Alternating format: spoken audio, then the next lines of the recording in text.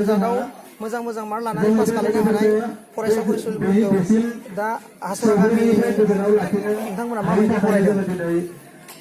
बेखौथ' जोङो फुरा हासुरानि गामि हिसाबै मोनसे अर्गेनाइजिं कमिटिनि कनभेनर हिसाबै बेखौनो बुंगोन जों देग्लाय बोसोराव एसेबां मोजां रिजाल्ट खालामनो हायाखैब्लाबो जोङो गामिनिफ्राय सानै फरायसा मोजां रिजाल्ट मोननो हादों। बिथांमोनानो जाहैबाय नैबे आंनि सेरावनो दं बिदांस्रि बर', सासेया निसित गयारि, बिथांमोना सासे 90नि सायाव जौखोन्दो लानानै उथ्रिसारनो हादों आरो गुबुन सासेयाबो 75 जौखोन्दोनि सायाव रिजाल्ट मोजां खालामनो हादों। आरो बेनि अनगायैबो गामिनिफ्राय माखासे बिदिनो सेकेन्ड डिभिजन, थार्ड डिभिजनाव टटेल 12 जन फरायसाया उथ्रिसार जादों।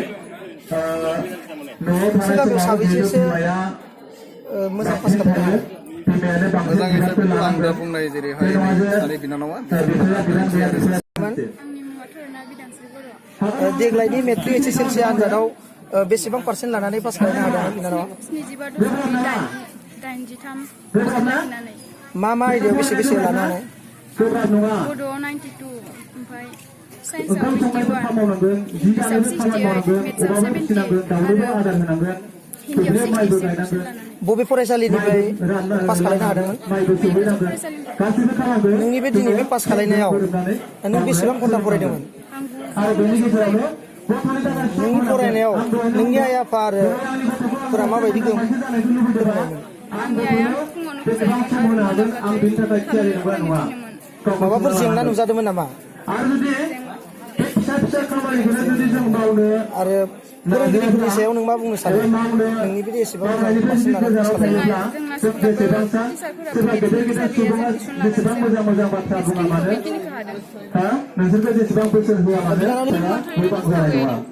बेसेबां मार्क लानानै पास खालामनो हादोंमोन?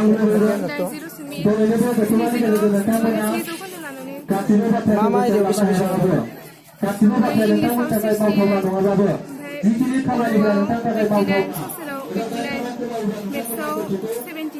सोलोंथाइ होनायाव हेफाजाब जागोन बेखिनि खामानिखौ मावलांनांगोन। आरो बबे फरायसालिनिफ्राय बेखौ खावलायबाय आङो।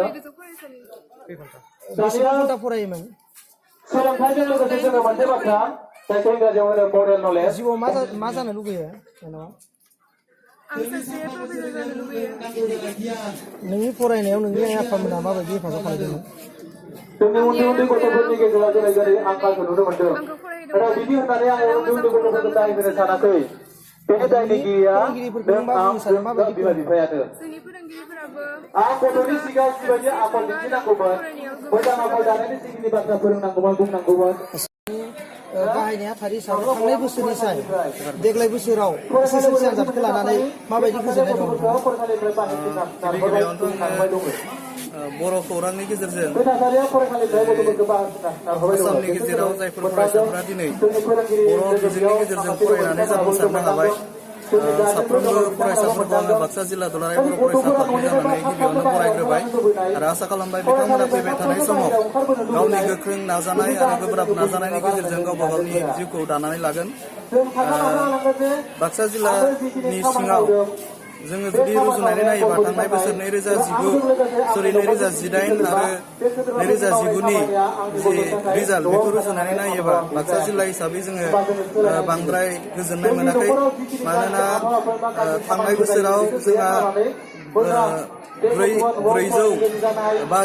427 जोङो मा होनो फार्स्ट डिभिजन मोनदोंमोन, गासै डिस्टिंसन स्टार फार्स्ट डिभिजनखौ लानानै। दा देग्लाय जोङो खमायनाय जोङो मोनदों। देग्लाय 410 जोङो फार्स्ट डिभिजन मोनदों। दा बेखायनो जोंनि जि माने रिजाल्ट बेखौ लानानै जोङो जिल्ला हिसाबै बा बांद्राय जोङो गोजोननाय मोनाखै। नंगौ, देग्लाय जोंहा जिल्ला हिसाबै जुदि नायोबा जोंनि पासिं पार्सेन्टआ एसे बारायदों, 60% सायाव बेयो फैदों। अब्लाबो नाथाय बर' बिजोंनि जि माने क्वालिटि, दा बर' फरायसाफोरनि जि क्वालिटि बेखौ नायोबा थांनाय बोसोराव 92% जोङो बाक्सानिफ्राय मोननो हादोंमोन। नाथाय देग्लाय जोंहा मा होनो बाक्सायाव हाइस्ट पार्सेन्टआनो 92.8 0.83 ल' जोंहा मोननो हादों दा बेखायनो जों बाक्सा जिल्ला हिसाबै जोङो बांद्राय गोजोननायखौ मोनाखै कमल कुमार एवार्ड बान्थाखौ बाक्सा जिल्लानिफ्राय सोरबाफोर मोननो हादों नामा कमल कुमार देरहासार बान्थायाव बाक्सा जिल्ला दुलाराय बर' फरायसाफोरनि सिङाव जोङो दासिम 4 फरायसा जोङो मोननायखौ नुदों दा हयथ' जोङो नेगासिनो दङ बारायनोबो हागौ जोङो बेखिनिखौनो मोनथ'नानै दङ दासिम दुलाराय बर' फरायसा आफादा सोलोंथाइनि सायावथ' गोबां खामानि मावबाय थादों देग्लाय बोसोरनि मोजां पास खालामनाय फरायसा फरायसुलिफोरखौ नोंथांमोना आरो मा स्टेप लाबावगोन बिथांमोनखौ लानानै जोंहा गोबां सिमां दङ दुलाराय बर' फरायसा आफाद हिसाबै जों एबसु हिसाबै गोबां सिमां लादों दा बेखायनो बिथांमोनजों जोङो सावरायगासिनो दङ जे बिथांमोनखौ जोङो माबायदियै मोजां फरायसालियाव जोङो थिसननो हायो आरो बे मोजां फरायसालिनि गेजेरजों बिथांमोननि जि माने थांखि बे थांखिखौ जोङो मोजाङै जाफुंहोनायनि जि माखासे हाबाफारि जों बेखौ लाबाय थागोन बेखायनो बिथांमोननि सायाव जों एबसु हिसाबै जिखिनि माने मदद खालामनांगौ हेफाजाब होनांगौ जोङो रेडि जानानै दङ दिनैनि बायदि बेवहाय फरायसा फरायसुलिफोरखौ बरायनाय हाबाफारियाव फैदा हासरायाव